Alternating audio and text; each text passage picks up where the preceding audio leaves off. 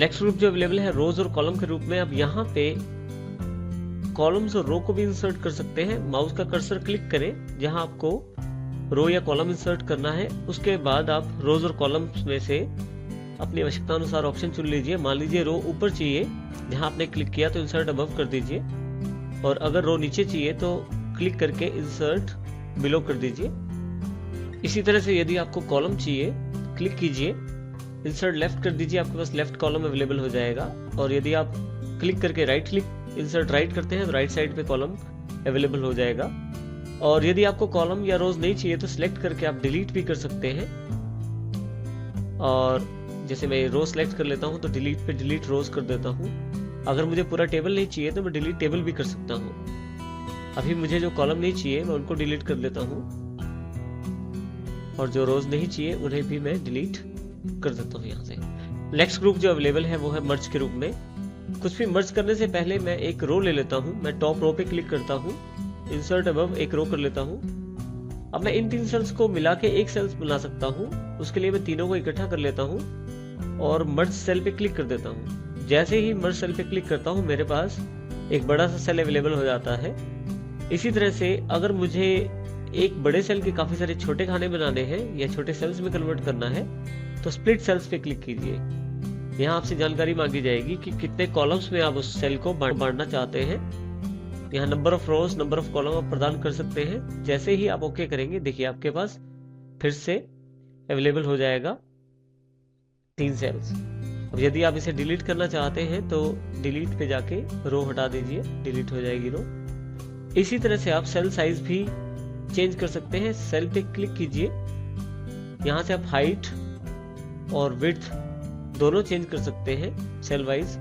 और मान लीजिए आपके पास कॉलम्स और रोज का जो साइज है वो अलग अलग है, तो आप चाहें तो इन सभी कॉलम्स या रोज का साइज बराबर कर सकते हैं। यदि आप टेबल सेलेक्ट करके डिस्ट्रीब्यूट रोज पे क्लिक करें तो जितनी भी रोज हैं सब समान साइज की हो जाएंगी। इसी तरह से यदि आप सेलेक्ट करके डिस्ट्रीब्यूट कॉलम्स करें तो सभी कॉलम्स एक साइज के हो जाएंगे।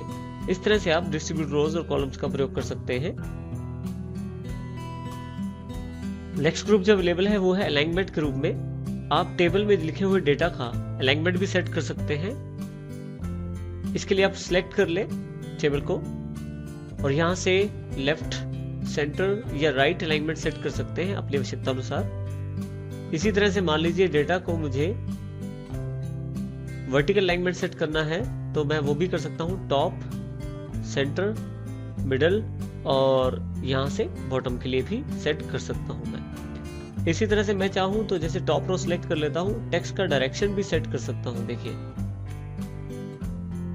जिस तरह का चाहूँ मैं यहाँ से टेक्स्ट का डायरेक्शन सेट कर सकता हूँ। आप सेल्स का जो मार्जिन है सिलेक्ट करें सेल्स को और मार्जिन भी सेट कर सकते हैं। जैसे नॉर्मल मार्जिन पे काम कर रहा है बाय डिफॉल्ट, आप वाइड कर सकते हैं मार्जिन, जिससे मार्जिन बढ़ जाएगा। नैरो कर सकते हैं, मार्जिन कम हो जाएगा। और नन, बिल्कुल 0 मार्जिन पे। और यहाँ से नॉर्मल भी कर सकते हैं, जिससे मार्जिन आपका नॉर्मल ऑप्शन में अवेलेबल हो जाएगा। नेक्स्ट ग्रुप जो अवेलेबल है वो है टेबल साइज के रूप में। यहाँ पे हम टेबल का जो हाइट और विड्थ है वो सेट कर सकते हैं।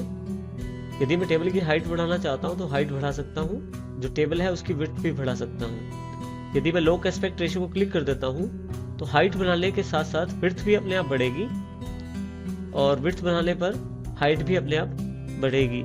इस तरह से अगर विड्थ कम करते हैं तो हाइट भी उसके अकॉर्डिंग अपने आप को कम करेगी।